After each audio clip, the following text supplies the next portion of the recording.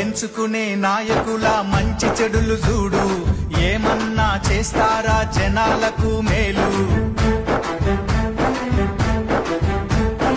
5 ఏళ్ల కాలానికి అగ్రిమెంటు నేడు, ఆగమాగమయ్యి నీ ఓటు నమ్ముకోకు. వచ్చింది టైము నీకు ఓటు వెయ్యడానికి, వచ్చింది టైము నీకు ఓటు వెయ్యడానికి, నిజమైన నాయకుల్ని నిర్ణయించడానికి. ఓడిపోనీయకు నీ ఓటును, గెలిపించే ప్రజాస్వామ్య బాటను. గట్టిగా పోనీ